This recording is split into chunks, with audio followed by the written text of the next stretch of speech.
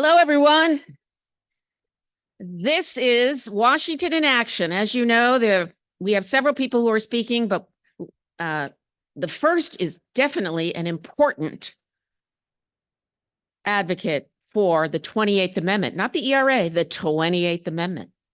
And it's particularly a pleasure because I just found out that someone I taught legislative procedure to is now the chief counsel for Senator Cardin when I was visiting at the University of Maryland. So I want to introduce you an extraordinary advocate for the 28th Amendment and equal rights, an extraordinary leader in the fight for human rights around the globe, and a great senator for the great state of Maryland, Ben Cardin.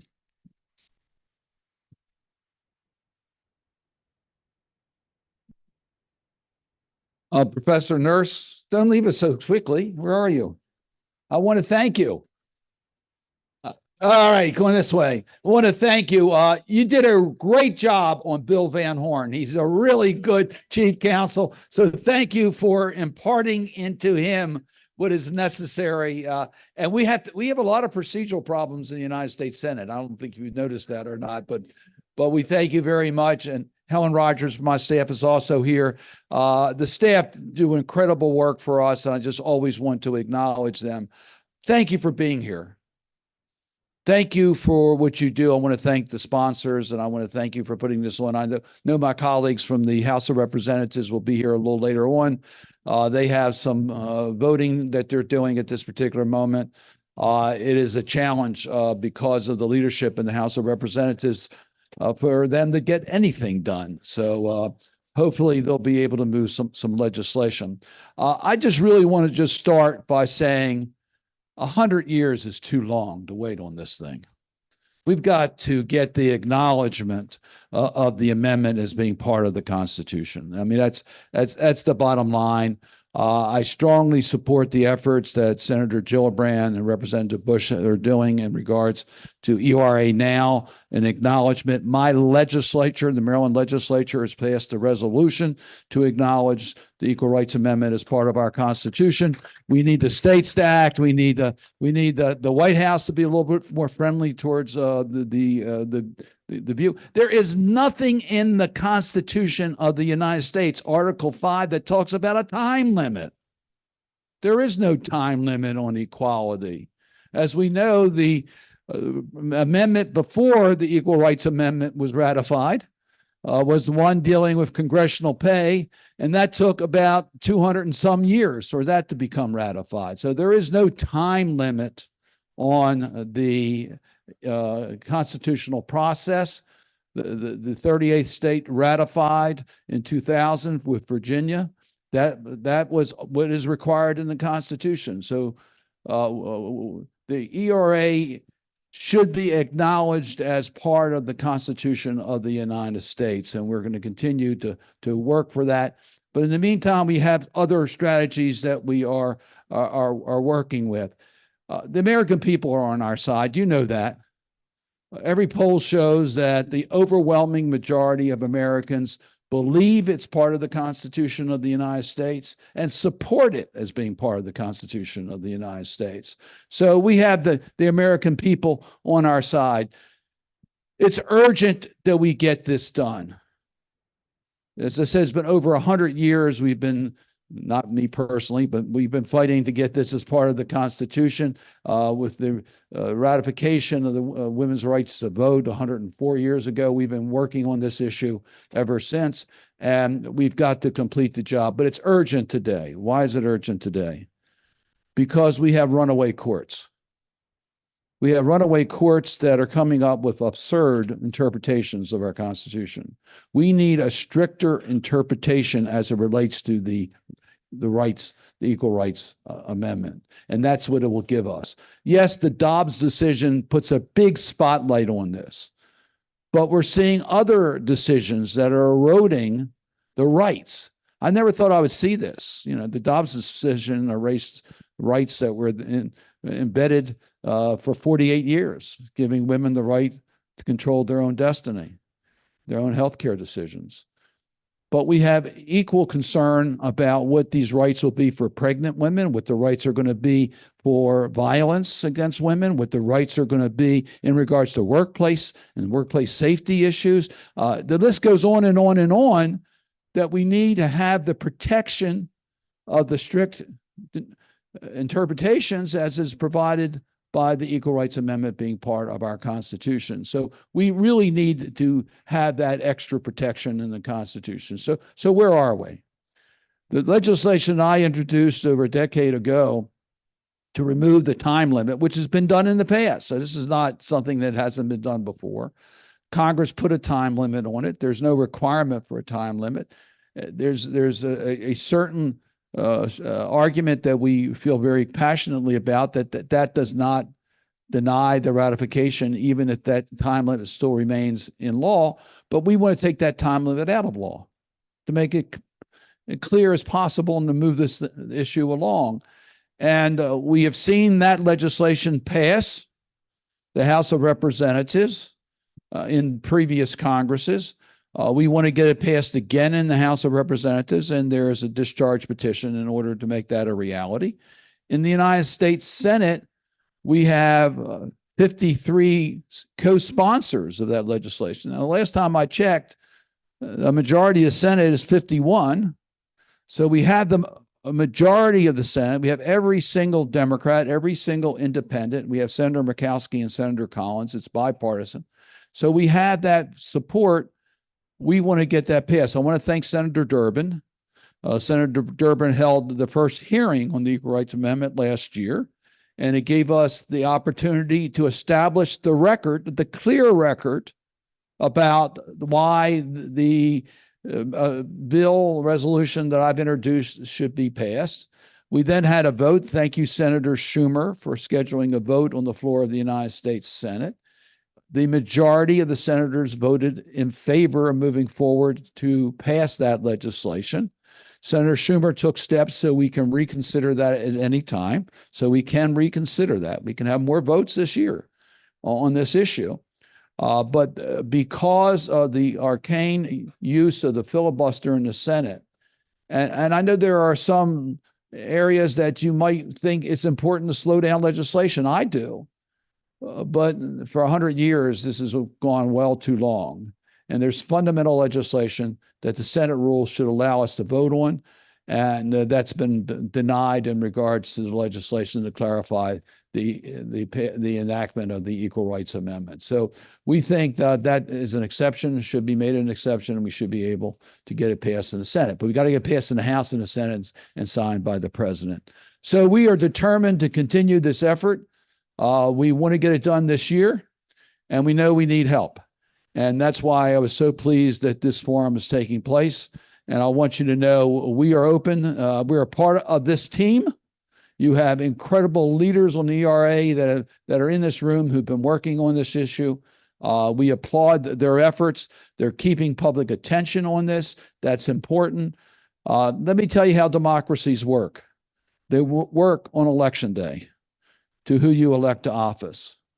This needs to be resolved, I hope, before Election Day, but if it's not, then we should make sure that this becomes an issue in the voters understand who's on their side and who's not on their side, and that this becomes an important issue to make sure that we have the right lineup come the next year, if we don't get it done this year, to make sure that we have this acknowledged as part of the Constitution of the United States.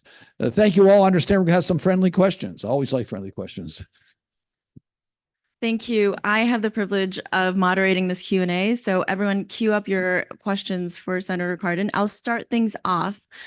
My name is Ting Ting Cheng. I'm the director of the Equal Rights Amendment Project at Columbia Law School Center for Gender and Sexuality Law. Thank you for being here. Oh, thank you. Okay. So as you see, we are joined by incredible advocates, youth leaders, elected officials, scholars, people in the private sector, essentially representing everybody in society. What is your advice for people as a group of very different people with different viewpoints to keep the momentum up? Thank you. That's a very important question, and that's why we have the ERA Coalition and leadership.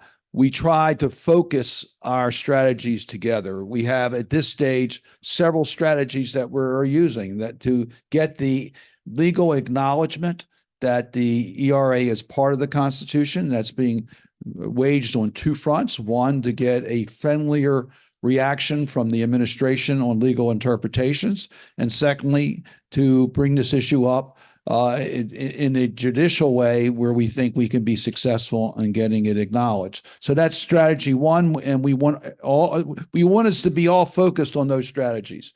Strategy two is to get the legislation, the resolution that I sponsored along with 52 of my colleagues, enacted into law that would remove any doubt about the time limit that Congress placed on the enacting legislation that allowed the states to vote on the ratification of the Equal Rights Amendment. So that is our second avenue of efforts. In regards to the first, we do have legislation in that would acknowledge that the ERA is part of the Constitution, that we should be supportive as well. So to put attention on that. And then lastly, it's the rules of how we operate in the House and Senate, to put a focus on the fact that both bodies should be voting by majority vote on the Equal Rights Amendment. And if we do that, we think we can win the Equal Rights Amendment on the floor of the House and the floor of the Senate. So it's those strategies that we're trying to get everyone to be focused on, to get things done in this Congress. And then lastly, let me put the need for education. Education in two fronts. One, I'm happy everybody thinks the ERA is part of the Constitution, but we need the public to understand that we need to still take steps to make sure it is acknowledged as part of the Constitution and becomes part of our Constitution. So there's an educational process here. And why is that important? Because we want to make sure that we have our constituencies asking the right questions of our candidates so they'll vote the right way so we can complete the job on the Equal Rights Amendment.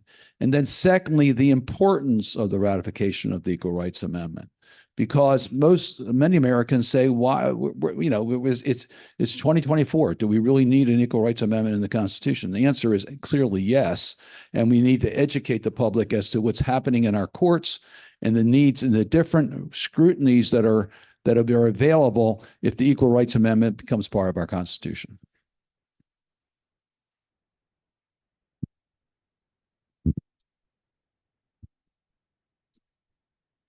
Hi, Senator Cardin. My name's Katie Hornung, and I led the advocacy groups, the Coalition of Advocates in Virginia for the Virginia ratification. Congratulations. Congratulations. Well done. Thank you. Many of us would love to see this important human rights conversation held in the larger context of our international standing and our failure to uphold international treaties by not publishing our 28th Amendment. In your final months as senator and as the chair of the Senate Committee on Foreign Affairs, will you schedule a hearing about the ERA? That's an interesting point. I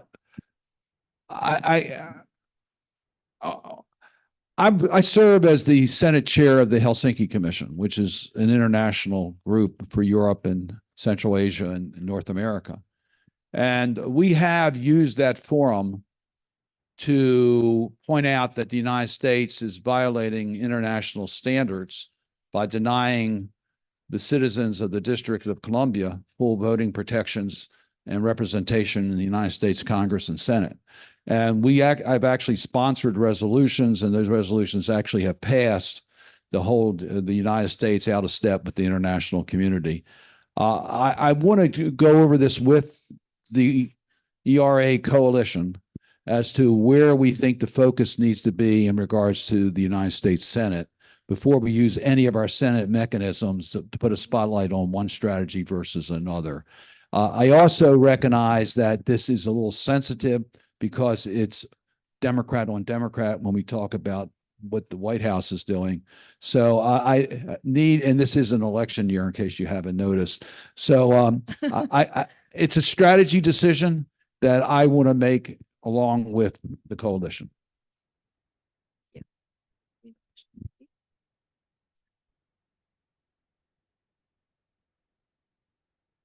Hi, Senator. My name is Claudia Nachega.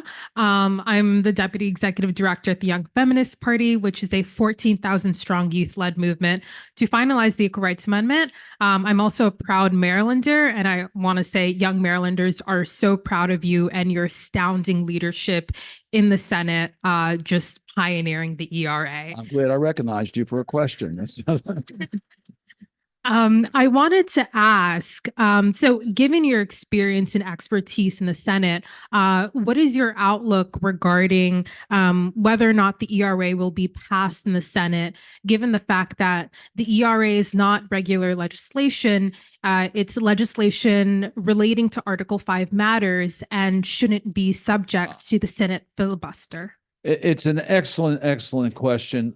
We have not been able, we need 50 senators. We don't need 51. We need 50 senators that are willing to allow Senator Schumer to make that interpretation and will support that interpretation. As of last count, we had a maximum, it wasn't 100% sure we had that number, but a maximum of 49. We did not have 50. And I say a maximum. I'm going to tell you, I don't think we have 49. I think we're probably lower. If we get it to a vote, we can lobby, and I think we can get it up. But it's right now probably in the mid 40s that where we are on that type of an interpretation of our rules. So that's the pragmatic challenges we have. We need to be able to support Senator Schumer's actions on that. Senator Schumer is prepared to move forward if he can get the 50 votes, and then of course the vice president would be the 51st vote. Whenever Kamala Harris votes in the United States Senate, we always win. So we like that, always like having her there. So it's a strategy that I don't think we should give up on. I think we should work to try to see if it's can't reach the finish lines in this Congress. And as you get closer and closer to the end of the session of the Congress, when several of these senators will not be returning to the Senate, it'd be helpful if we could get this done this year. Thank you.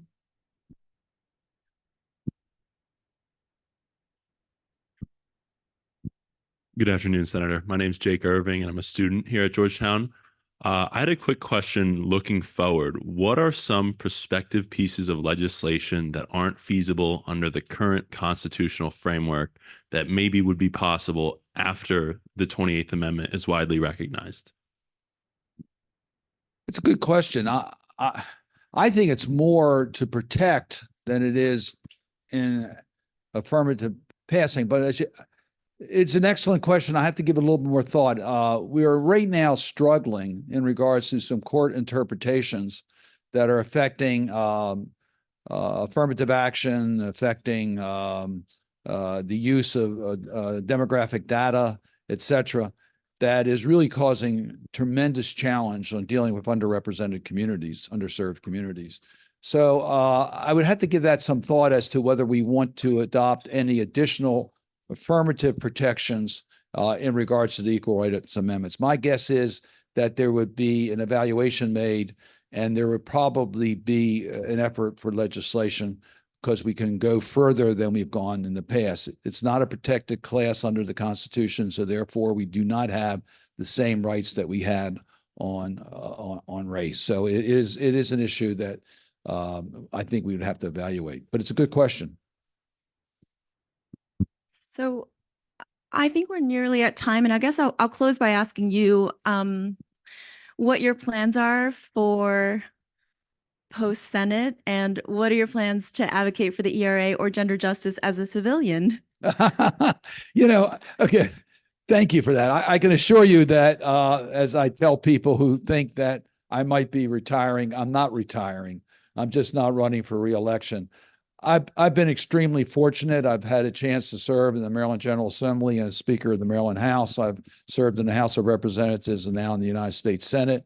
It's been an incredible journey, and I thank the people of Maryland for allowing me to do this. I started as a law student, and I don't necessarily recommend that to the law students that are here.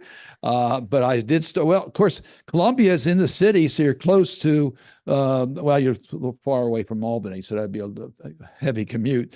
But I was a Maryland law student when I ran for the Maryland legislature, was elected and served in the Maryland legislature during my third year in law school. So it's been a long run, and I really appreciate the support I've received from the people of Maryland. So I do intend to stay active. I will follow the priorities that I have. One of those is the Equal Rights Amendment. So I intend to be actively engaged to see it completed. I hope it's completed during my term as a senator, but if it's not, I will continue to work in that effort. I'm going to work on environment. I'm going to work on human rights issues. I'm going to work on those issues that I think are the ones that I can give some value to the policy development of our nation. So I've been heavily engaged in human rights issues and heavily engaged in the environment. And I love Baltimore. I'll try to do things to help my beloved city. Thank you all very much. Thanks so much to Representative McClellan. That was an amazing journey to her place in the House of Representatives. Now, we are waiting for Representatives Pressley and Bush, who are the co-chairs of one of the largest caucuses in the Congress. And they have had votes, but to all of my students who are here in my legislation class where I teach about Congress, you should have noted two things. One, Senator Cardin's general counsel, chief counsel, is one of my former students. One. Two, that this matters to how the world works. So Congress, what you've heard so far is that Congress has other roles to play than you thought. Under Article 5, it does have the role to propose and ultimately, in our view, decide about these procedural questions involving ratification. That's very, very important. You know, the founders put the Congress in Article 1 for a reason. They knew that their old systems in the states had not worked particularly well, so they kind of changed some of their the constitutional articles of the state constitutions that they had come from the colonies. So they added something called the president in Article 2, and courts only come in Article 3. And maybe that's why Congress put them in the basement of the Capitol for a very, very long time. Indeed, when they built the Marble Palace, which is the Supreme Court of the United States, several people did not want to even have their offices in there because they thought it was much too posh during the middle of the Depression. So I think at law school, we teach you courts, courts, courts, courts, courts, courts, courts. But the reason that the dean was here, particularly at our law school, is that we teach you that the Constitution is also about you, about elections, about the Congress, about the presidency, because we can get rid of courts. There are other nations that don't have a court like ours. They still have a democracy, and that's worth fighting for. So thanks for that, and we will get back here when we have Representatives Pressley and Bush as they're on their way. Thanks for your patience. Thank you. Hi, I'm Catherine Franke, the faculty director of the ERA project at Columbia Law School, and you know Professor Victoria Norris. Both of us, on behalf of all of us here, want to welcome you to joining us here and to spending a little time with us talking about the Equal Rights Amendment. Sure. So yes, if you want to have a seat, there's a mic on your chair. All right. I'm here. Okay. You can be wherever you'd like. All right. Put this one over here. We've had a full morning talking about the impediments to everyone recognizing the ERA as the 28th Amendment. In so many respects, or in every respect, the Equal Rights Amendment has met the constitutional requirements for being the 28th Amendment, but not everyone agrees. And so you, as co-founder and co-chair of the ERA caucus in Congress, have been taking some measures, trying to move through Congress several different legislative ways of ameliorating some of those objections. Yes. So talk to us a little bit about what your strategy is to get the ERA finally finished. So There we go. Got it. All right. So first of all, good afternoon, everyone. And thank you all for waiting. We had chaos on the floor, but it's Congress. You know, I remember in 2020, this is 23, 2022, December 2029, December 2022, just thinking about what happens next with the ERA. Carolyn Maloney was about to leave Congress, along with Jackie Spear, both of them carrying ERA legislation, and just figuring out what's next. How do we keep this going? And I had multiple conversations with Carolyn Maloney, and just decided, you know what? We have to be able to organize within Congress. And I couldn't find a way where we could, people who care about the ERA, where we could come together to really like mobilize within Congress.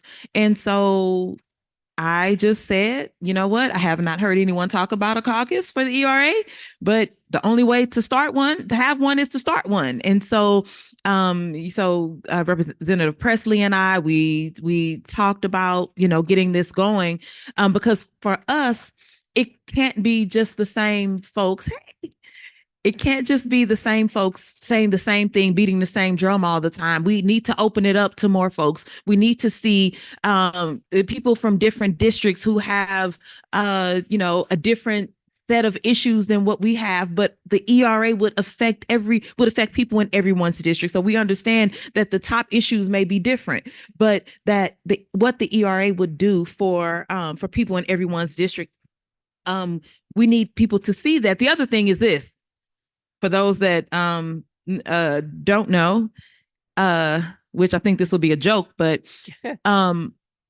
if we don't put the information a lot of times right in front of members of Congress, then they won't have that information. It's not, you don't have a lot of time to go do this deep research on something that is always evolving. And so for us, we said, okay, not only will we put together this caucus, we want this to be a way for people to have the information, not only about what's happening federally, but in their own states and then in your neighboring states, because we think that is important as well. And so that's what we did. And so we felt like if we give people the House, so we give it a home, but then we also give you all the information. You don't have to do any homework, but then you get to take this and you get to go to your districts and you get to talk about it. Not only your districts, your state, you get to go and talk about the ERA and what's happening. Then you can work the ground in your local areas. And so that was the first thing. But then also the multiple vehicles. So Rep. Pressley has her legislation and discharge petition. Actually,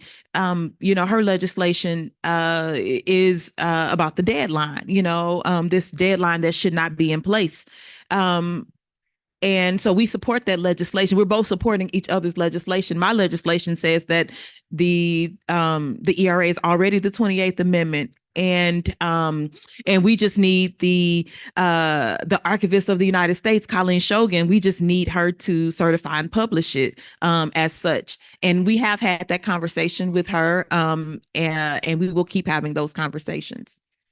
Well, I think a belt and suspender strategy is a good one, where both of those measures pass, and what we create are a series of political facts that make it undeniable that the ERA is the 28th Amendment.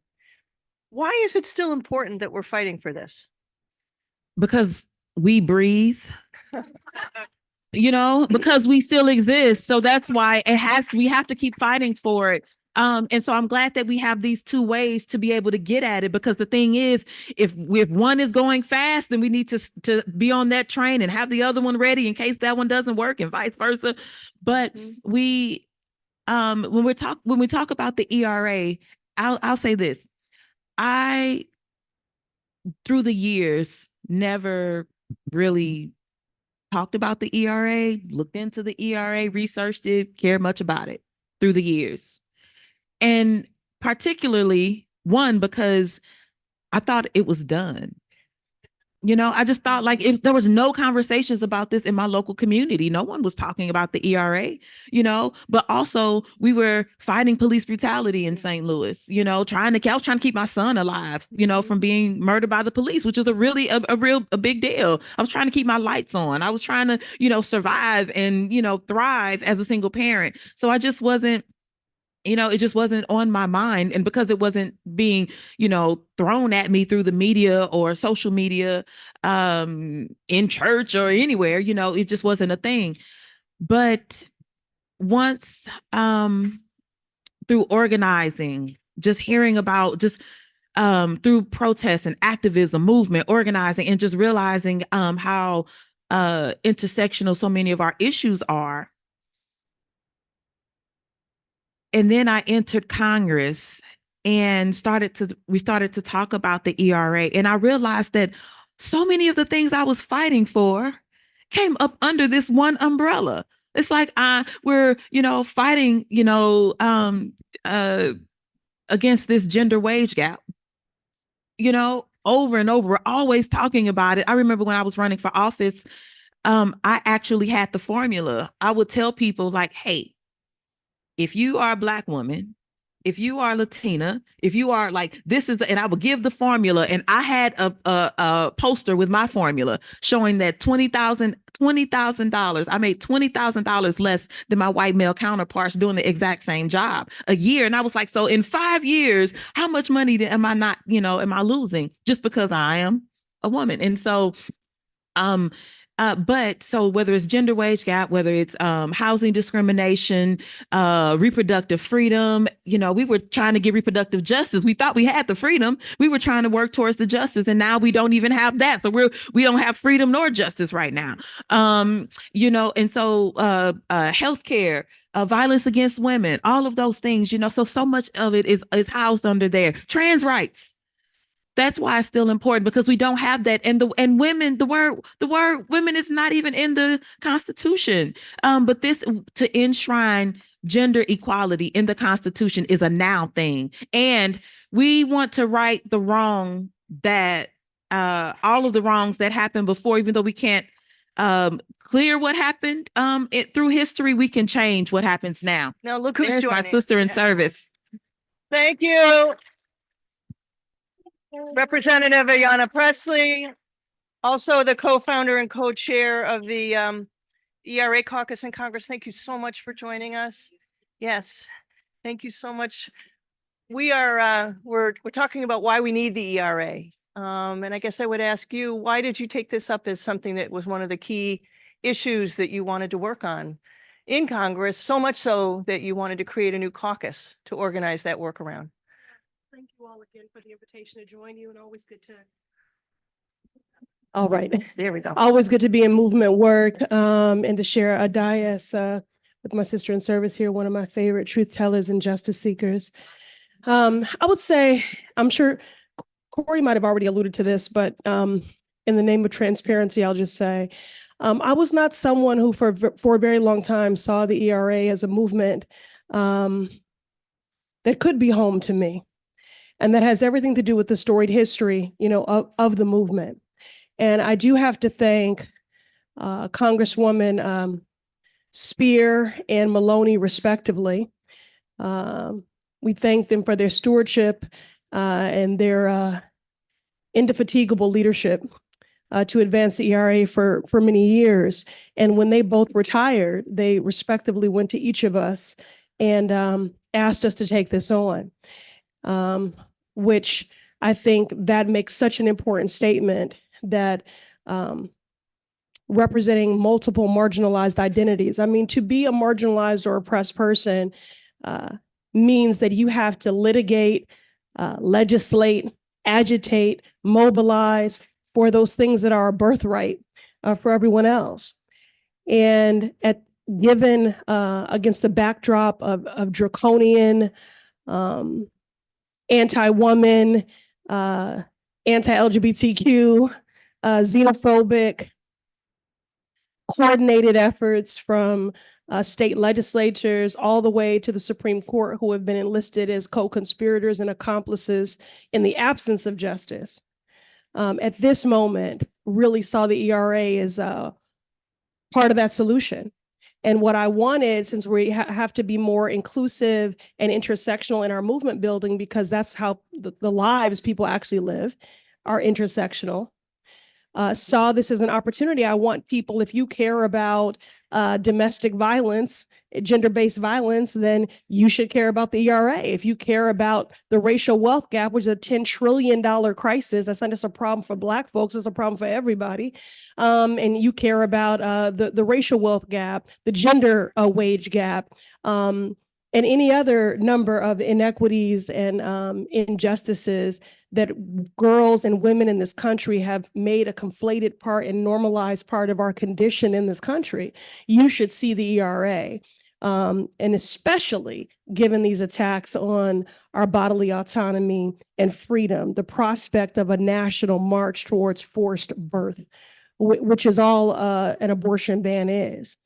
And we know who stands to be disparately impacted by that. So I'm here and shoulder to shoulder and my sister in this fight because this is the time. And because, in my opinion, the women of this country have done their part. Activists have certainly done their part. States have done their part. Now Congress must do theirs. And if we already had gender equality enshrined in the Constitution, I mean, how demoralizing that we're even saying that 100+ years in, that is even still a fight. Maybe the Supreme Court would not move with such callousness and recklessness in the overturning of things like Roe, because we would have those legal protections. You know, I come from the ERA project at Columbia Law School, and we did a report about a year ago that we call the equality gap, that to the extent the existing sex discrimination laws that we have, and there are many, have benefited anyone, it's been white women. And women of color have not been, really, they have not been benefited much at all by Title VII, the Equal Pay Act, all of the robust anti-discrimination infrastructure that we have. So what the ERA could do is allow Congress, or if not command Congress, to strengthen those measures, but also take up new stuff. You were talking about your son being profiled, and I worked on stop and frisk, challenging it in New York City. And it was Black and brown men being profiled because they were of their race, but also because of their gender, right? That they were necessarily dangerous.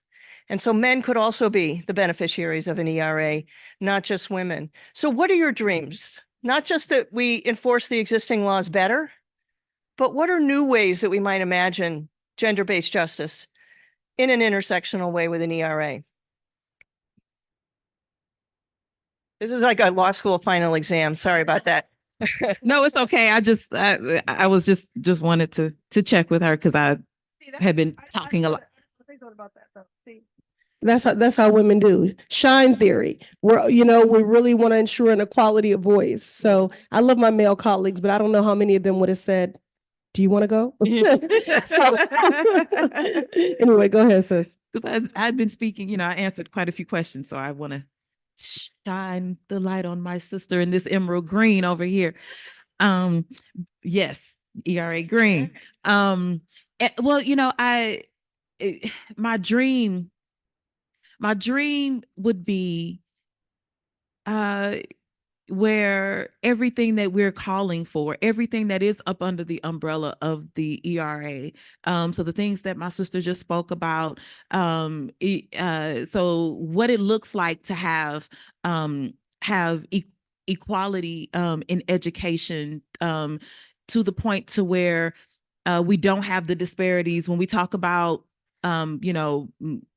the disparity between Black and white women enrolling in four-year colleges, creating a pipeline where Black girls, like there is a special program for Black girls to be able to, to maneuver the things that they have to maneuver that are different, to be able to end up in to be able to apply and then end up and be successful in a four-year college.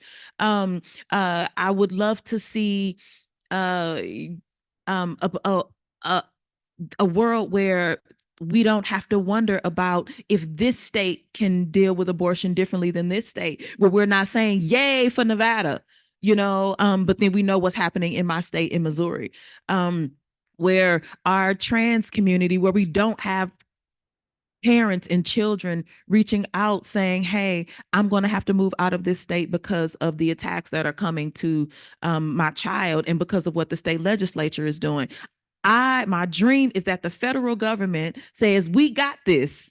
And we are going to make this decision for the entire country because it's just right. Because every single person deserves their basic freedom and liberty about their own body, but also their own choices. And so to know that, like you said, the ERA being that anchor to not only improve bills that are already on the books, to create better bills, to make sure that that we are. One thing that let me say this, one thing that I've seen Congress do, and I know my sister can speak to this too, is we have all of these folks thinking that they're doing great things. And so we write these bills.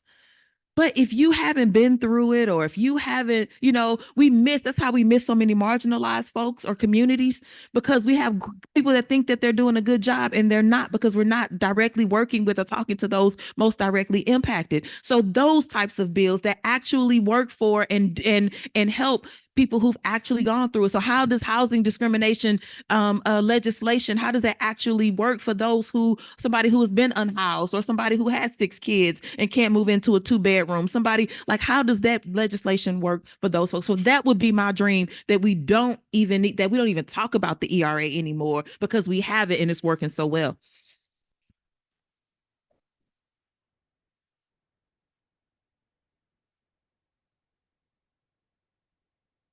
I'll co-sign that. Again, just in the spirit of transparency, let me just say that sometimes when you're prompted with a question of sort of what is the dream, it is harder to answer because we are in the mud and the muck right now, where daily our job is really the work of harm reduction and mitigation. And, those aren't the things that earn newspaper headlines or that we can put in a press release to the outside world. And it's fair, as our shared constituencies, you're focused on what are we advancing. But given the current climate of which we're governing, there are many things that we stop that you'll never know. And so sometimes in the midst of governing under such extreme circumstances. I mean, I've been in Congress 5 years, and unprecedented is the word du jour. I'm looking forward to some precedented times because everything has been unprecedented. We have been navigating these layered crises for so long. And so it can be hard to see the forest for the trees. But it is important that we have those North Stars.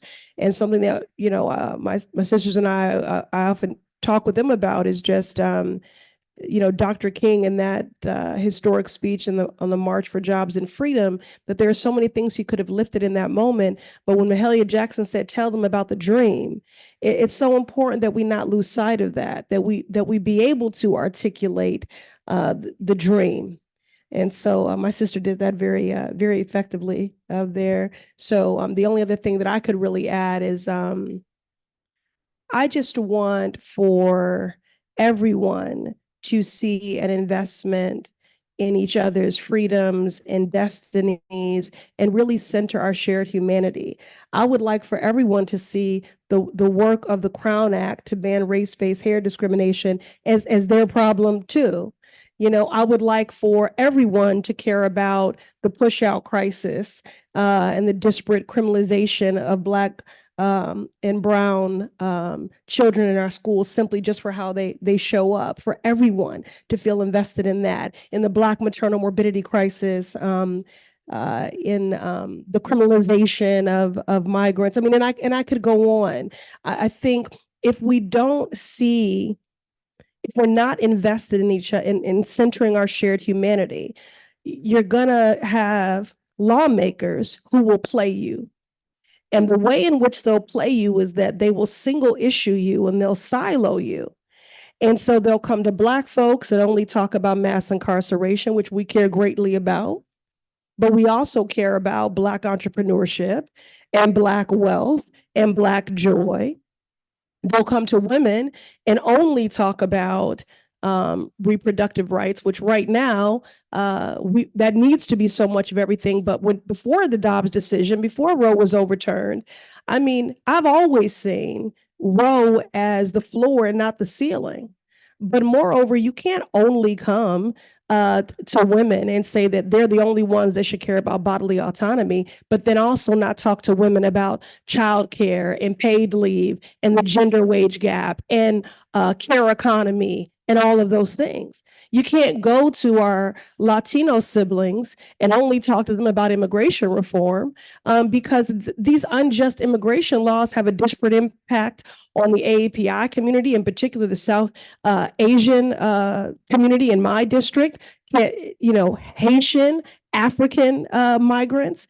And moreover, my Latino siblings, also care about small business and entrepreneurship and housing, right? And I'm not even going to say, and you can't go to the AAPI community because they don't even usually go to the AAPI community. The AAPI community is some would characterize as the model, minority, but they're really the invisible one. And then finally, they'll go to the LGBTQ community. I'm from Massachusetts, and so we made great strides in healthcare reform and marriage equality. But many people walked away from the movement after marriage equality, when housing discrimination, employment discrimination, healthcare discrimination was still rampant. So we all have to be invested in our collective humanity. And our shared struggles. Because if you're not, you will have lawmakers that will play you. They will single issue you, and they will not build staffs, and they will not advance policies that see the totality of who you are and the lives that we lead.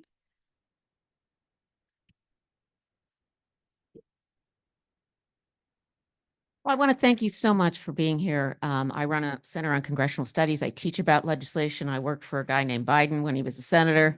And I just want to say that I appreciate very much your resistance and how hard it is to do what you do. But a lot of my students don't have a lot of hope. They are very negative about our institutions. And so I see the ERA movement as a democracy movement, as taking back our Constitution. We are a majority. This is a majority movement. And so I think that just want you to comment on that. And what do you say to young people in your districts, or my students, or Catherine's students at Columbia?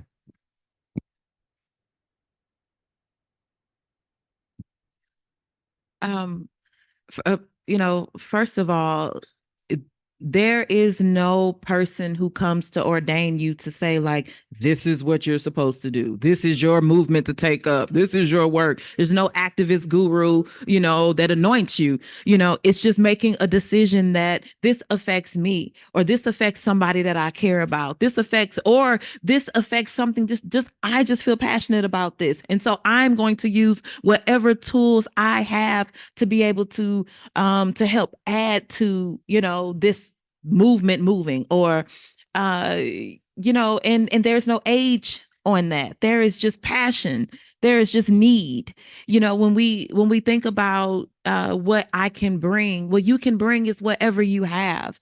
I used to tell people, well, I still believe it, but I would tell people when they would say, oh, well, what can I do for you? How can I help? And I would say, look, and they say, oh, I can't knock doors, or I can't do those things, but what else can I do? And I would say, if you tie shoes well, tie shoes, because at some point when I'm out knocking doors, my shoes may become untied. Everybody has a place. I don't care if you collect stamps, we'll find something for you, but bringing your thing to the table is important. And when I think about folks like Generation Ratify, there's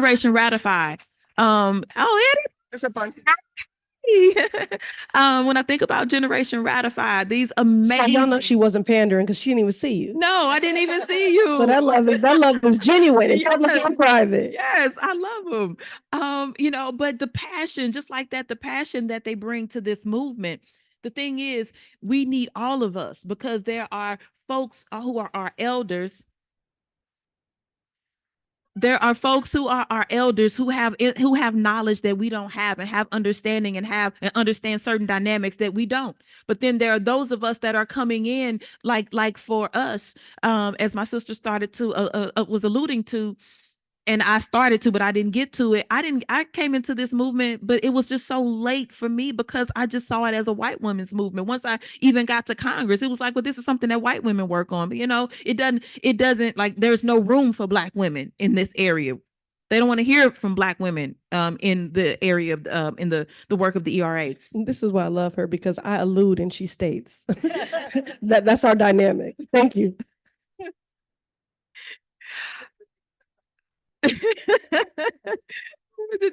It just we go back and forth.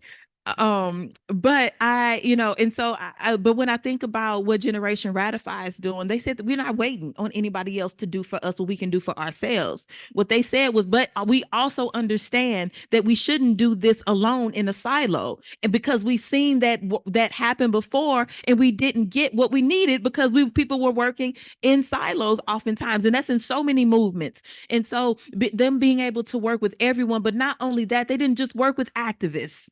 They didn't just work with scholars. They said, we want to work with lawmakers too, and so that's the thing. So for your folks, letting them know right now is your time. Right now, they're stripping away our rights. Right now, they're throwing everything that they can. Right now, they're imagining how far they can go, but then they're also trying to do it. And so what do you bring to this movement? Because when we look back, when the history books start to talk about in 30 years, who did what during this time? How did we get here? What will you say to your grandchildren? What will you say to those that come up after you? What will you say? You say what you did, and hopefully that is a lot. Here. Yeah, hope. When I was talking about giving ourselves permission to dream and then articulating that dream and passing it on, because I think it's important as movement builders that we not only trauma bond.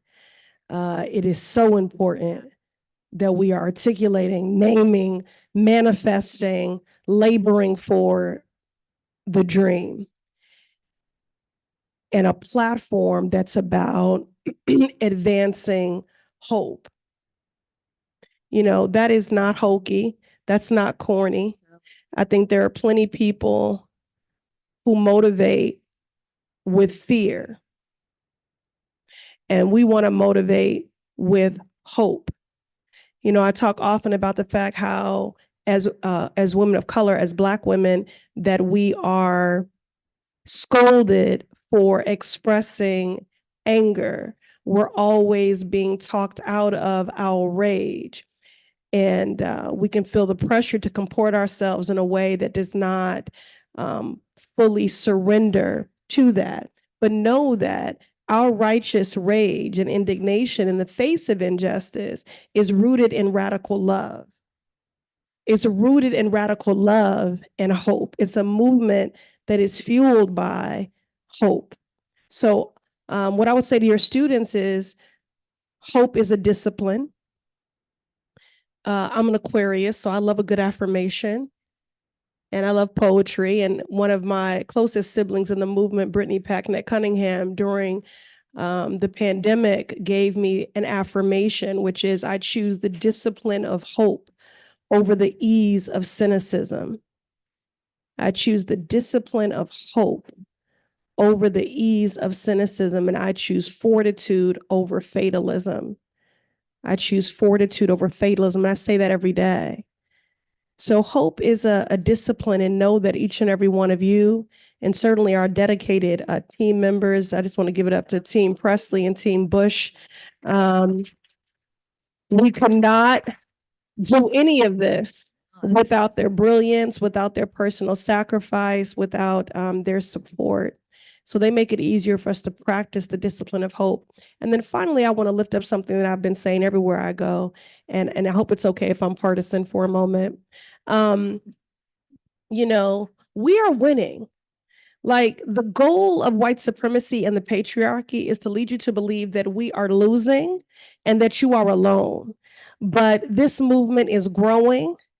Look at things like, if you take like my federal bill with Cori Booker on baby bonds, we haven't passed it federally, but that's a national movement. Look at something like the Crown Act. We haven't passed that federally as of yet, but there's a nationwide movement on Crown Act. Look at things like universal basic income. Look at things like student debt cancellation, which they tried to fringe and marginalize. And here we stand today with already, 4 million borrowers who have benefited from targeted relief to the tune of over $130 billion, and 30 more million borrowers are about to benefit. That was a policy that people said would be regressive in impact. They said the president didn't have authority to do anything. This is now an issue that Democrats are running on, that they used to laugh at progressives about. Abortion access. Do you know how many Democrats used to even be afraid to say the word abortion? They would say maybe if you were lucky, reproductive justice. That wasn't an issue that Democrats ran on. So I just want to say the progressive movement, which is fueled by young people, we are winning. Look at unionization happening throughout this country. So they would lead you to believe that we are losing, but we are winning. The Congressional Progressive Caucus in the House of Representatives right now is the largest ideological caucus in Congress. When I came in the 116th Congress, we were about 70 members. Now we're over 100. So the country, now you might be shocked by that, but they keep electing progressives. Now, I want to just be transparent about this.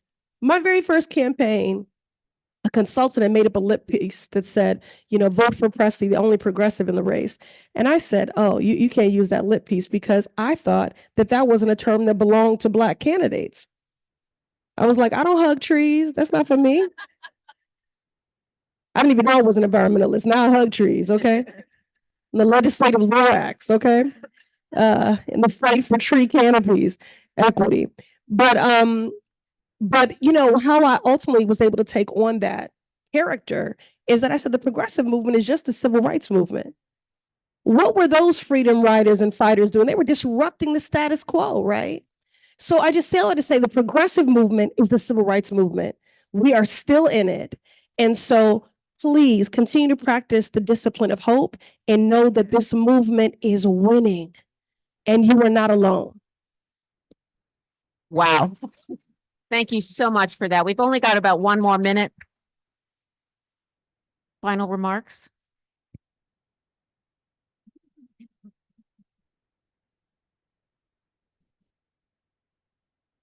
First of all, let me just say thank you for hosting this forum. And because we're really, really trying to help folks see why this should be important to all of us, because it's going to take us galvanizing just all across the country to really, really get those that have the power to make the ERA actually the 28th Amendment in the Constitution a reality. And we know as folks that are in movement that, policymakers and leaders don't have to move without pressure. Oftentimes they just won't. But with pressure, all of the things that my sister just named, from unionization and just on down the line, repro freedom, it is because of the pressure.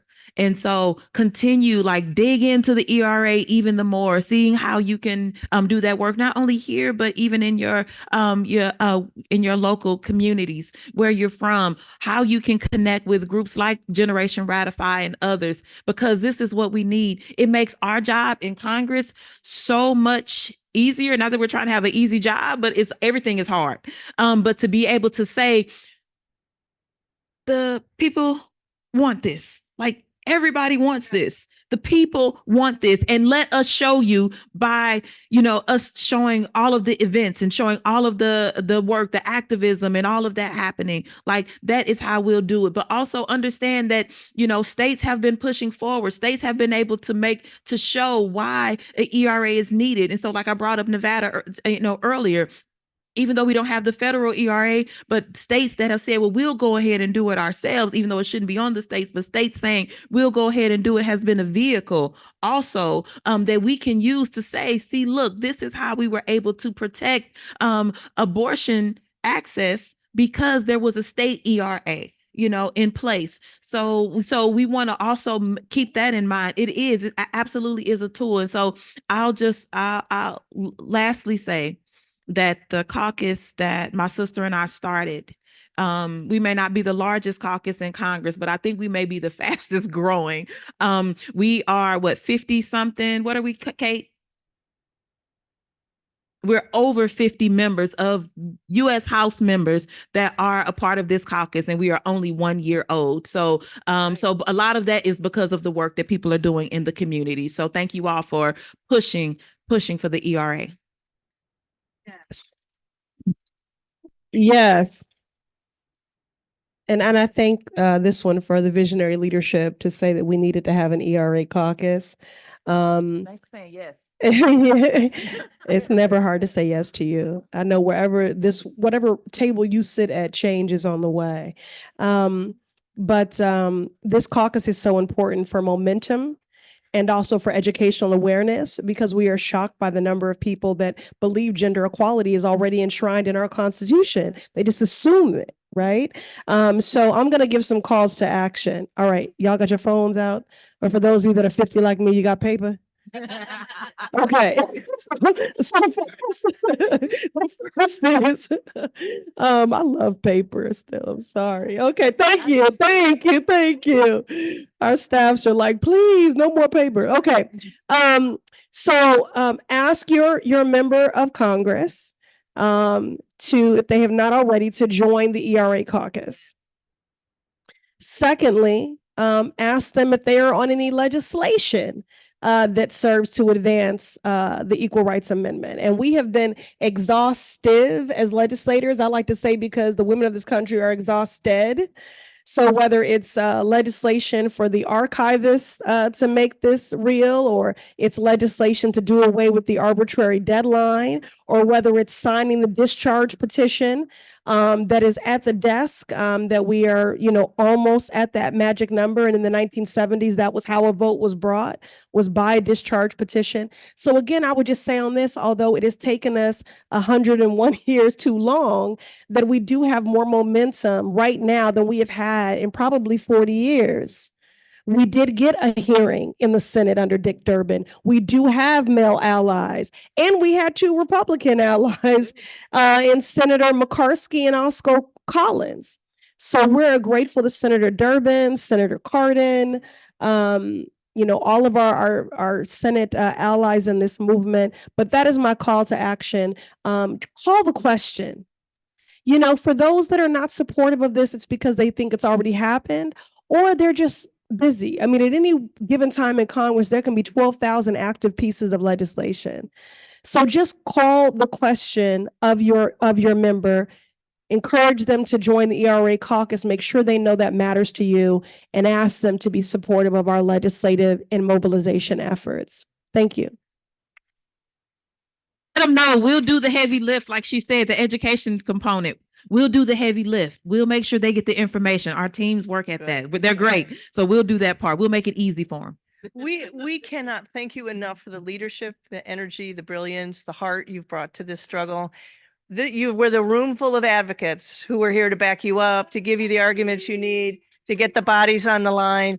Thank you so much for being in partnership in this struggle and for all you're doing. We're going to let you go back to the other things you were doing before you came over here. But thank you so much for giving us your time today.